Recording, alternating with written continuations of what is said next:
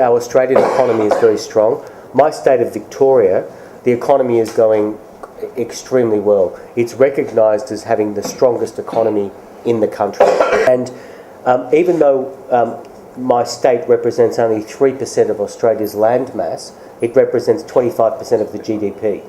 So it's an economic engine in its own right. And in fact, Victoria as a state, our economy is bigger than Singapore, Denmark, New Zealand, a whole host of countries. So this is why we have representation. And I think of interest to Andhra Pradesh, our office is in Bangalore. We chose to locate in the south because we see the excellent economic potential between Victoria and obviously all of India, but us to be located in the south of India. So that's a little bit about the background. Why we wanted to come and see you was to present to you our India engagement plan that was launched by our Chief Minister last month to put a 5-year plan in place for obviously 2010 to 2014. It is based on trade opportunities, but it also looks at the broader relationship between India and Victoria. So in summary, there are many things in this 4-year plan, and far too many things to talk about in half an hour. But there are 4 things I'd like to highlight.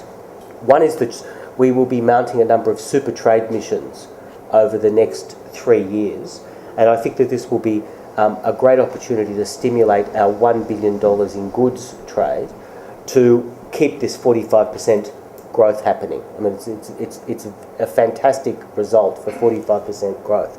So we will be having super trade missions. The first one came upon us very quickly. It is a food mission based around the Annapurna food show in Mumbai. Some of the delegates will be coming here to speak to Hyderabad food distributors. But we have 45 Victorian food manufacturers coming over on this delegation. So there are 3 cities involved, largely around Mumbai for Annapurna Food Show, the big annual food expo, then into Bangalore because there are food distributors and wholesalers there, and then some of the delegates have customers here in Hyderabad and they will be coming on independently. So initially it was going to be 7 members, now it's 45. So that's what I mean by a super trade mission. We've increased them. In April 2011, we hope to bring 120 companies from Victoria to India across 6 industry sectors. So basically 20 leaders from each. It will also include food as well as automotive, IT, financial services, a whole range of sectors. So that's our first initiative, the super trade missions.